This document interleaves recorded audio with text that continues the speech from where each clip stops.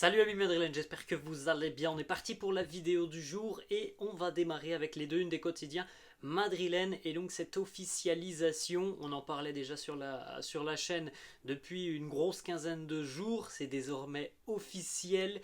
Endrick est un joueur du Real Madrid. Le crack brésilien s'est engagé avec le Real hier.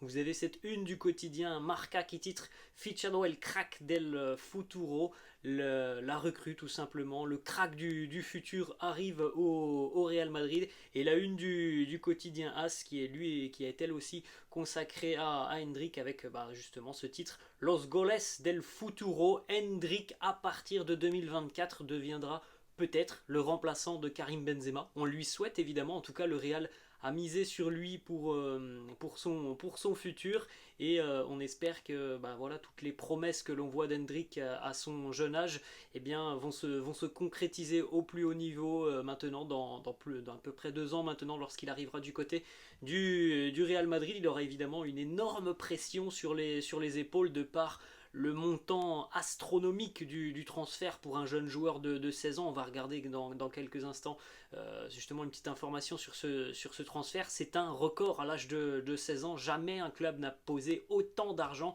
sur une promesse. Donc voilà, maintenant Endrick est un joueur du Real Madrid. On a donc à patienter 1 an et demi avant de le voir véritablement sous les couleurs merengue, puisqu'on rappelle qu'Endrick arrivera à l'âge de 18 ans et qu'il a donc encore 1 an et demi à jouer tout simplement du côté du Brésil avec Palmeiras et surtout aussi à acquérir de l'expérience. On continue justement avec pas mal d'informations et de photos assez sympas sur le dénouement de ce dossier Endrick. Regardez déjà premièrement cette photo Endrick et Carlo Ancelotti, la photo qui a été réalisée lors de la signature du contrat du jeune Brésilien, chose que l'on peut dire à l'heure actuelle. Nous sommes en fin d'année 2022, Endrick vient de s'engager au Real Madrid. Est-ce que Carlo Ancelotti sera toujours l'entraîneur du Real Madrid lorsque Endrick arrivera véritablement à Madrid, donc au mois de juillet 2024? C'est un gros point d'interrogation. Hein. On peut se dire peut-être que Carlo ce ne sera plus l'entraîneur du Real dans 1 an et demi parce que il n'y aura peut-être pas eu de prolongation de contrat, peut-être que Carlo tout simplement prendra sa retraite. En tout cas, le futur est encore loin pour se dire que Carlo sera l'entraîneur qui aura en main Endrick lors de son arrivée du côté de Madrid. Ensuite, on continue avec cette belle photo aussi. Regardez un petit peu les stylos, les dossiers côté Real Madrid, les dossiers côté Palmeiras. On continue les amis avec cette photo justement de la signature du contrat d'Hendrick avec le Real. Sur cette photo, l'on retrouve la présence de la maman d'Hendrick sur le côté gauche, l'homme qui semble être très ému au milieu, qui se prend quasiment la tête à deux mains. C'est le papa d'Hendrick. Hein. Quelle prouesse pour le fiston de signer au Real Madrid à l'âge de 16 ans. Hendrick, vous le voyez les amis, il est à droite de la photo. On a aussi le communiqué du club brésilien de Palmeiras qui annonce donc un accord pour le départ de Hendrick à l'âge de 18 ans. Il rejoindra donc le Real Madrid au mois de juillet 2024. On passe de l'autre côté avec cette fois-ci le communiqué officiel du Real Madrid que vous pouvez d'ailleurs retrouver sur les réseaux sociaux du club, sur le site officiel du club. Déclaration officielle. Endrick, le Real Madrid et le club de Palmeiras, Endrick et sa famille ont conclu un accord selon lequel le joueur pourra rejoindre le Real Madrid à sa majorité, c'est-à-dire en juillet 2024.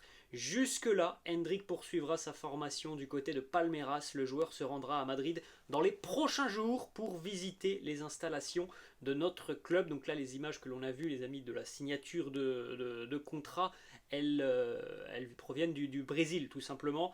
Mais Endrick va venir tout simplement du côté de Madrid dans les tout prochains jours. On termine sur le dossier Endrick avec justement, voilà, on en parlait tout à l'heure.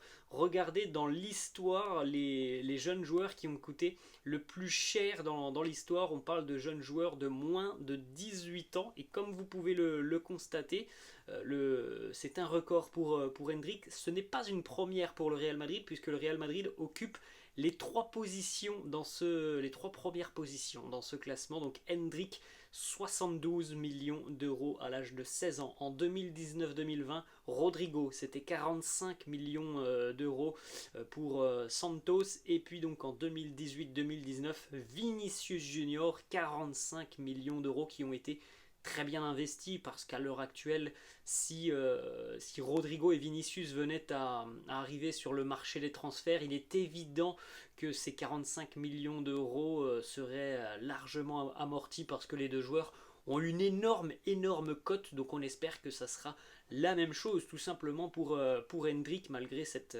forte somme investie par les merengues. Eh bien, espérons que le rendement sportif soit à la hauteur des attentes du club. Mais voilà, quand on voit les joueurs dans ce classement côté merengue, on peut se dire que le Real ne s'est pas trompé. Rodrigo, Vinicius, et on a aussi la présence de Eduardo Camavinga dans ce classement en 9e position, 31 millions d'euros avec le transfert entre le Stade Rennais et le Real. C'était en 2021-2022. On continue les amis avec quelques petites informations sur le match amical de la veille côté Real. On était à Valdebebas, ça s'est joué entre midi et 2, me semble, entre midi et 2. Petite information, ce match amical ne s'est pas joué sous demi-temps de 45 minutes, c'était demi-temps de 30 minutes entre donc le Real et la formation de Leganés qui évolue en seconde division espagnole. Score final 1 partout dans cette rencontre. Karim Benzema a joué une grande majorité donc, de ses 60 minutes. On a eu le but merengue signé Toni Kroos. Voilà la composition d'équipe du Real Madrid hier pour affronter cette équipe de Leganés. Alors évidemment les amis, étant donné qu'il y a beaucoup de joueurs qui sont en vacances, ou pour certains étaient encore au mondial, évidemment on a une composition d'équipe assez particulière. On retrouvait donc Andriy Lunin dans les buts, Lucas Vazquez, Jesus Valiero, Nacho et Mendy en défense. Alaba a joué milieu de terrain avec Toni Kroos et Dani Ceballos. En attaque, on retrouvait Odriozola, Benzema et Mariano Diaz. Il faut savoir que l'on avait notamment par exemple Sergio Arribas qui a remplacé Karim Benzema. Il y avait d'autres joueurs aussi de la Castilla qui ont pu un petit peu participer à cette rencontre, un partout. Donc au final, voilà, c'est un petit match de reprise. Petite photo assez sympa, Karim Benzema qui était donc de retour 43 jours après son dernier match officiel. Le 9 a joué hier. Petite photo aussi par exemple que l'on a de David Alaba, ou encore Toni Kroos qui a donc été le buteur côté merengue. Alors je ne sais pas si c'est sur cette photo que Toni Kroos a marqué. Ensuite on a cette information aussi, Carlo Ancelotti a d'ores et déjà préparé avec évidemment son staff un deuxième match amical. Ce match amical se jouera juste avant Noël, ça sera vendredi prochain, le 23 décembre à 11h à Valdebebas.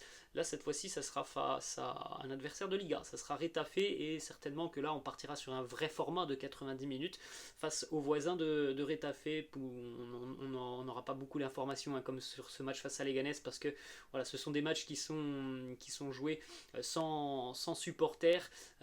Personne ne peut venir voir les matchs, et le match n'est même pas retransmis sur la chaîne du Real Madrid. Donc on aura quelques petites informations, on ira peut-être la composition d'équipe aussi, mais voilà, on pourra pas vraiment jauger le niveau des merengues, parce qu'on aura au final que très peu d'informations. On va terminer les amis cette vidéo avec deux informations. Premièrement, ça nous arrive d'Italie, ça a été beaucoup repris aussi en Angleterre. Le Real Madrid et Chelsea sont à l'heure actuelle les deux clubs les mieux placés sur le dossier Josko Gvardiol. Il semblerait que le Real et Chelsea aient déjà transmis des offres, mais le problème aussi c'est que le prix de Josko Gvardiol a beaucoup augmenté, avec notamment la très belle Coupe du Monde qu'il a réalisée avec la sélection croate. En tout cas, voilà, le Real est bel et bien très intéressé sur ce dossier Josko Gvardiol. Et on va terminer avec une information qui concerne le mondial des clubs. On en parlait en début de semaine, mondial des clubs qui devrait avoir lieu en début du mois de février. On n'a pas encore tout à fait les dates exactes, mais ça devrait se jouer sur le début du mois de février. En début de semaine, on annonçait un mondial des clubs qui devait se tenir du côté des Émirats Arabes Unis. Visiblement, une autre source annonce que le mondial des clubs pourrait avoir lieu du côté du Maroc. C'est plutôt une bonne nouvelle pour les merengues, parce qu'en termes de voyage, étant donné ce dont on a parlé hier ou avant-hier, hein, que les merengues vont jouer à l'extérieur pendant un mois. En termes de voyage, c'est toujours mieux quand c'est un petit peu plus près, et bon, bah, le Maroc étant beaucoup plus près de l'Espagne que les Émirats Arabes Unis, et voilà, on a une date, hein, mais qui n'est pas encore officielle, c'est pas encore fixé, du 6 au 12 février, peut-être donc du côté du Maroc. Voilà les amis, la fin de cette vidéo, j'espère que ça vous a plu. N'hésitez pas comme d'habitude à lâcher un petit pouce bleu, n'hésitez pas non plus à vous abonner à la chaîne, je vous laisse et je vous dis à la prochaine. Ciao.